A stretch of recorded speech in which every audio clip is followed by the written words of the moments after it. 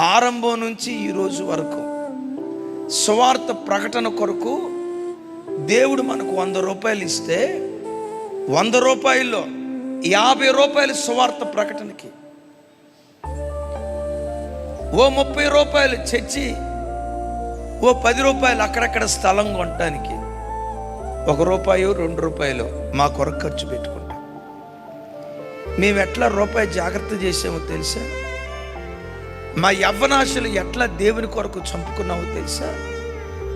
నీరు గారిన అన్నం తిన్న జ్ఞాపకాలు మాకున్నాయి. ఎందుకో తెలుసా? ఈ 10 రూపాయలు అన్నం ఖర్చు పెట్టే కంటే ఈ 10 రూపాయలు దేవుని సేవకు ఖర్చు పెడితే బాగుండుగా, మందిరానికి ఒక వస్తువు కొంటే బాగుండుగా, పరిచర్య కొరకు వస్తువు కొరితే బాగుండుగా. ఈరోజు ఈ పరిచర్య ఎంతగా ఆశీర్వదించబడటానికి కారణం ఏంటో తెలుసా? మీ ఎదుట నిలబడిన మీ అన్నను, మీ తండ్రిని ఈ పరిచర్య సువార్త ప్రకటనలో సంతోషించే పరిచర్య.